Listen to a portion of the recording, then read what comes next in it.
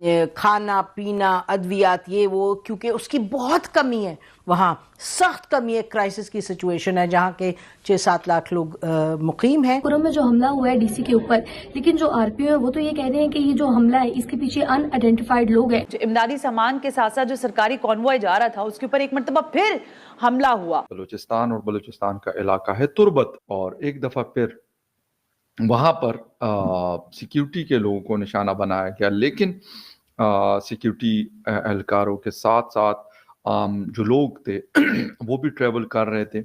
एक बस को निशाना बनाया गया है और उसमें काफ़ी सारे लोग जो है एक तो अपनी जानों से गए हैं। ये कलामिंग सिचुएशन पैदा हो गई है। अभी मैं जब देख रही थी तो इंटीरियर मिनिस्टर जो है वो इमल वली खान साहब से उन्होंने आज मुलाकात भी की है, यानी सूरत हाल बहुत ज्यादा खतरनाक है। मेरे ख्याल में कहीं ना कहीं ये सिक्योरिटी लैप्स भी है और ये फेलियर भी है। एक दो नहीं, 50 लोग जत्थे की सूरत में उतरे हैं और उन्होंने कॉन्वॉय के ऊपर या उस पूरी सरकारी गाड़ियां जो वहां से गुजर रही थी उन पर हमला किया है।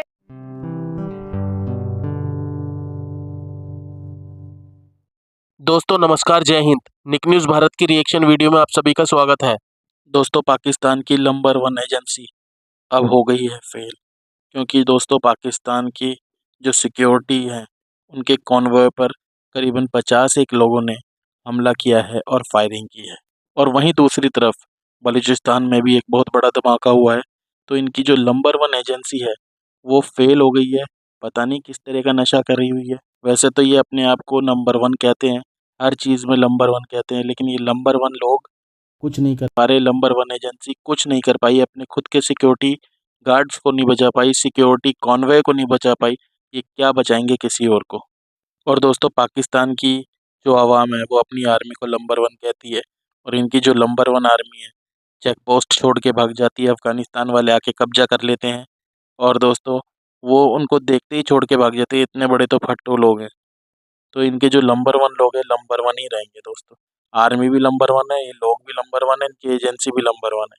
तो दोस्तों इसी टॉपिक पर चलते हैं आगे की वीडियो की तरफ। पाराचीनार का जो मामला है उस पर हमारा फोकस रहेगा। ये एक ऐसा मामला है जिसका ताल्लुक ज़ाहिर है पाकिस्तान के बाशिंदों के साथ है, पाकिस्तान की सिक्योरिटी के साथ है, पाकिस्तान की इंटरनल स्टेबिलिटी के साथ है, जैसे कि बलूचिस्तान में और इलाकों में जहाँ जहाँ मामला गड़बड़ होते हैं। और ख़ास तौर पे अफ़गानिस्तान जो है नाज़रीन, 3 अतराफ़ जो हैं कुरम की वो they are bordered by Afghanistan.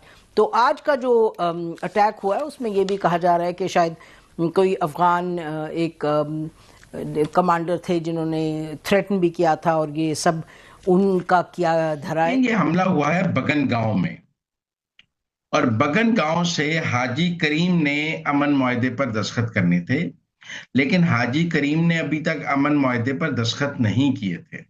ये वाहिद दस्तखत है जो रह गए हुए थे, जो हाजी करीम ने नहीं किए थे। बहुत दबाव था हाजी करीम पर के दस्तखत करें, लेकिन वो इस अमन मुआहदे से मुत्तफिक नहीं थे और उन्होंने इस पर दस्तखत नहीं किए थे। लिहाजा टेक्निकली जो बगन गांव है वो अभी तक अमन मुआहदे का हिस्सा नहीं था, और बगन गांव ने अपने इस अमन मुआहदे की तौसीक नहीं की हुई थी, और डीसी पर यह हमला भी बगन गांव में हुआ है। तो बगन गांव का ये मौकफ है कि हमने तो अमन मुआहदे पे दस्तखत नहीं किए थे, तो हम पर तो ये अमन मुआहदा लागू नहीं होता। अब ये सवाल है कि हाजी करीम ने क्यों नहीं दस्तखत किए। रियासत का मौकफ है कि हाजी करीम जो है उसने टीटीपी के खौफ से और वहां जो कलअदम दहशतगर्द तंजीमें हैं उनके खौफ से दस्तखत नहीं किए। लेकिन सवाल ये है कि जिन 45 लोगों ने कर दिए, क्या उनके ऊपर दहशतगर्द तंजीमों का दबाव नहीं था और सिर्फ हाजी करीम पर ही दबाव था, या हाजी करीम के कोई और इख्तलाफात थे। वो कहते हैं जी हाजी करीम जो है वो टीटीपी के साथ बहुत इन लाइन है और टीटीपी के फ्रंटमैन भी समझे जाते हैं और बगन गांव के वो लीडर भी समझे जाते हैं। और चूंकि बगन गांव इस मुआहदे को सबूताज करना चाहता था हाजी करीम, लिहाजा हाजी करीम की मदद से टीटीपी की तरफ से काजम है एक जो कमांडर, उन्होंने आज ये हमला डीसी पर किया है। खारजी हैं और टीटीपी से हैं, उन्होंने जिम्मेदारी भी कबूल की है और टीटीपी ने ये हमला किया है क्योंकि वो नहीं चाहते थे कि कुरम में अमन हो। तो लेकिन मैं इसको सूबाई हुकूमत की नाअहली और समझता हूँ। देखें, अगर बगन गांव ने अभी तक अमन मुआहदे पर दस्तखत नहीं किए थे तो आपने कॉन्वॉय अमन बगन गांव से क्यों गुजारा? और अगर आप कॉन्वॉय बगन गांव से गुजार रहे थे और वो अमन मुआहदे का हिस्सा नहीं थे, तो आपने क्या मेजर्स लिए कि बगन गांव में नहीं होगा, क्योंकि वहां के लोग तो अभी तक अमन मुआहदे में शामिल नहीं थे। मेरे ख्याल में कहीं ना कहीं ये सिक्योरिटी लैप्स भी है और ये फेलियर भी है। बहरहाल गंडापुर साहब की जो एडमिनिस्ट्रेशन है केपी की, वो बहुत कमजोर है, और उस कमजोर एडमिनिस्ट्रेशन की अब हमें कई मिसालें सामने आ रही हैं। देखिए, कुरम में जो ये लॉ एंड ऑर्डर का मसला है, इसको 85 दिन हो गए।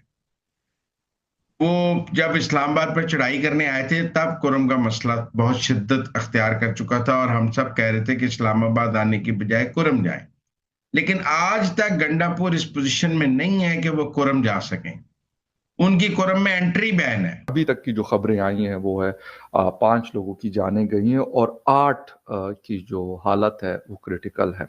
अगर देखा जाए तो पिछले कुछ सालों से पहले भी सेंसिटिव सिटीज में ऐसा था आप, लेकिन अगर लास्ट 3-4 सालों की बात की जाए तो यहाँ पर ऐसा लग रहा है कि हुकूमत के खिलाफ या हुकूमती इदारों के खिलाफ जो रेजिस्टेंस है उसमें तेजी आई है। अभी जिस तरीके से शनिचर को, सैटरडे को एक बस को निशाना बनाया गया और इस बस में ये जरा आपको बताना बड़ा जरूरी है कि इस बस के अंदर सिक्योरिटी फोर्सेस के लोग भी ट्रेवल कर रहे थे। अब ये वाली चीज बड़ी अहम है कि उनको ये खबर पहुंचना कि भाई सिक्योरिटी फोर्सेस के लोग इसमें ट्रैवल कर रहे हैं और उनको हमने निशाना बनाना है।